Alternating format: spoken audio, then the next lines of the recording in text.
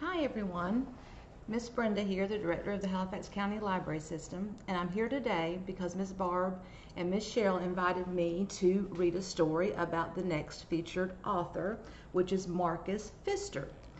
And today I'm going to read a story called Hopper's Treetop Adventure. And as you can see on the front of my book, I have Hopper with me today, and this is the angry squirrel. So we're going to find out what happened with Hopper and the angry squirrel. I'm going to let them sit right behind me so they can enjoy the story too. So here we go. Hopper's Treetop Adventure by Marcus Pfister. Mama, I go out on my own today, said Hopper. One bright spring morning, I want to find something good to eat. Where will you go? His mother asked. Into the forest to look for hazelnuts, 'cause I'm bored with bark and leaves. His mother smiled. You won't find hazelnuts in spring, she said. Besides, hares don't usually eat nuts. Why not? Said Hopper. I suppose it's because we can't climb trees, said his mother. There's Hopper and his mother. He can't figure out why he can't have hazelnuts. Hopper ran across the fields and into the forest. The warmth of spring had melted the snow and ice from the trees and washed it from the forest floor. That looked like a good place to explore. Suddenly, something hit him on the head. Ouch! Cried Hopper. He stared up into the tree above him. More pine cones came hurtling down on Hopper. To the pine cones at his head, he said, ouch! Let's see. An angry squirrel was glaring at him from the lowest branch of the tree. Go away, he shouted. I won't let you steal my nuts. Nuts? Said Hopper scornfully. There are no nuts in spring. My mama said so. Well, there would be some if I could remember where I buried my winter stores, said the squirrel. I'll help you look, said Hopper, if you'll share them with me. Oh, Hopper's got a plan. Don't know if the squirrel's going to go for it. Let's find out. So, all right, said the squirrel, and they both began to dig around the tree. Look, I found one, said Hopper. Then the squirrel found some more. Let's go somewhere safe to eat these, he said. He picked up the nuts and scampered up into the tree. Wait, I can't climb trees, said Hopper. Maybe you could if you tried, said the squirrel. Will you help me? Asked Hopper. You think he's going to be able to climb a tree? I don't know. Let's find out. The squirrel set the nuts in a hole in the tree. Then he helped Hopper drag a fallen branch over to the tree and prop it against the trunk.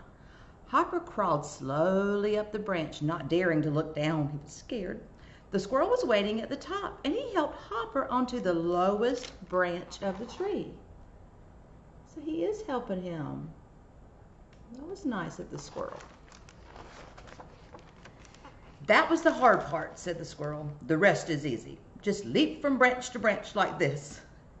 It did look easy, and Hopper was good at jumping, but he was bigger and heavier than the squirrel, and landing on the narrow, slippery branches with his big, soft paws was a lot harder than it looked. Help! Cried Hopper suddenly. I'm going to fall. You'll be fine, said the squirrel calmly. Just lower yourself onto the branch. He's trying to help Hopper out.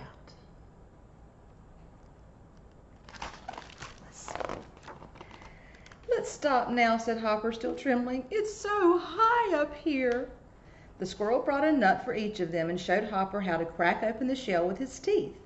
Hopper felt better now.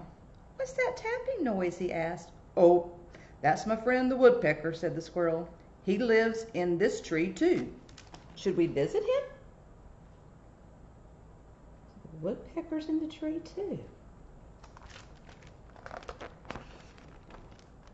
Hello, little hare, said the woodpecker. How did you get up here? Hopper proudly explained how he had done it.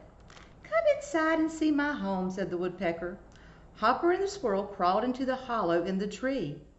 "This is a very nice place to live," said the squirrel.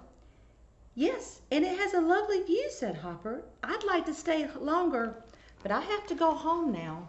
Look at the beautiful woodpecker. You see him? All beautiful colors.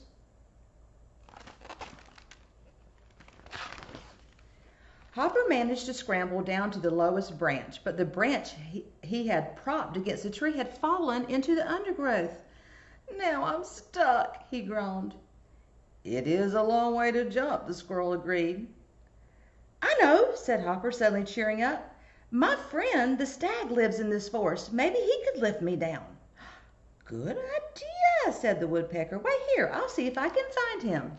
And off flew the woodpecker to find Hopper's friend that's going to try to help him out of the tree. Let's hope it works. Poor Hopper's stuck. Soon they heard twigs crackling and a big stag walked into the clearing. "I see you need some help," he said, and he held his antlers up to Hopper. Hopper carefully climbed onto the antlers. Then the stag lowered his head and gently set Hopper down on the forest floor. "Thank you," said Hopper. "I don't know how I could have managed this without you."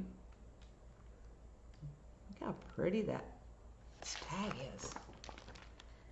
"May I take a hazelnut home with me?" Hopper asked the squirrel. "Of course," he said. "I have plenty to spare." Then the little hare said goodbye to his friends, and he set off for home. So there's Hopper and the squirrel, and there's all the rest of his friends. The woodpecker and the stag, and there's Hopper and the squirrel. "Did you find something good to eat?" asked Hopper's mother. "Yes, and you'll never guess what it was," said Hopper. He brought the hazelnut out from behind his back. "See, Mama, you can find hazelnuts in spring," said Hopper proudly. "And hares can climb trees, but I don't think I want to do it again. It was too scary."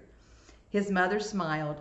"It seems we've both learned something today." Then Hopper and his mother snuggled down in the grass and shared the springtime hazelnut. And there they are.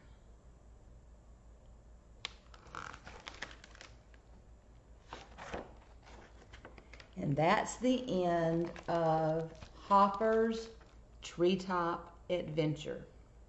I hope you enjoyed the story. I can't wait to read to you again soon. Bye.